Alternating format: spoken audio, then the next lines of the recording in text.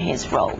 Let's get back to our guest host, Dr. Irwin Stelzer, fellow at the Hudson Institute. So, Irwin, do you see yesterday's statement from the FOMC, like many others, as an introduction to QE2, a suggestion that it is coming? I think QE2 is on the launching pad and is going to sail soon. They're very concerned, if you read the statement carefully, they're very concerned about deflation, and we know that once deflation takes hold, it's very hard to reverse. So, and they've deleted from the statement the notion that they wouldn't expand the balance sheet. So it looks as if they're going to go out there, keep buying bonds. They're very worried about deflation, and I would guess, long around election time, you're going to see them accelerate the size, increase the size of the balance sheet. And will it work? Because there are lots of questions about whether it'll happen, but will it work? I've seen some academic research that suggests, this is a different environment to the first time they did it.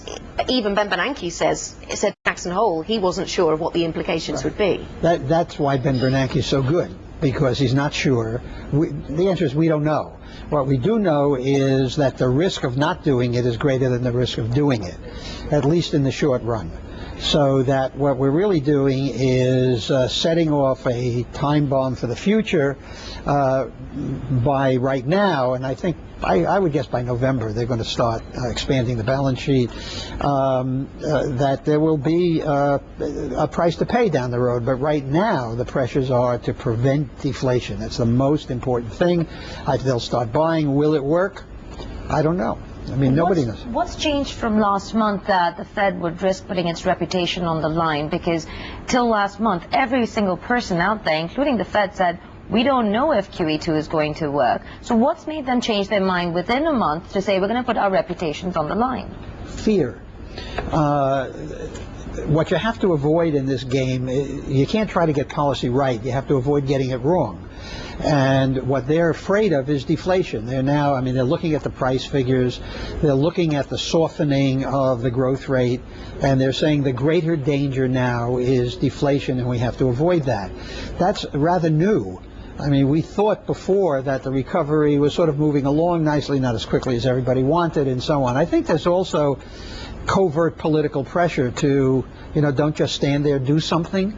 And what they're trying to do is see if these announcements, short of doing anything, can themselves have an effect. For instance, driving down the dollar, which would increase exports and perhaps boost the economy a little bit.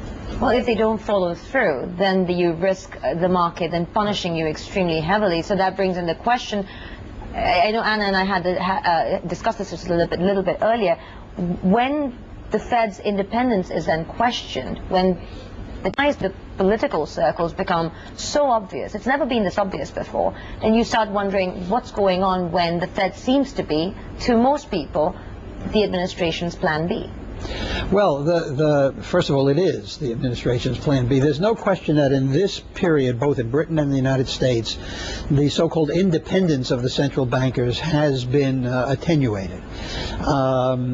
Isn't that just because they're, generally speaking, working towards the same goals? I mean, in the US, the government and the Fed are trying to create jobs because, because the Fed has that mandate. Yeah, but the problem is this, that the Fed has the mandate of full employment and preventing inflation. Those sometimes conflict. What the Fed would like to have happen is they would like the administration to continue with a very loose fiscal policy, spending, but with a medium-term plan to reduce the deficit, so that people would say, oh, well, we're not going to be Greece. I mean, the one thing that happened is Greece, and everybody is suddenly afraid of becoming Greece.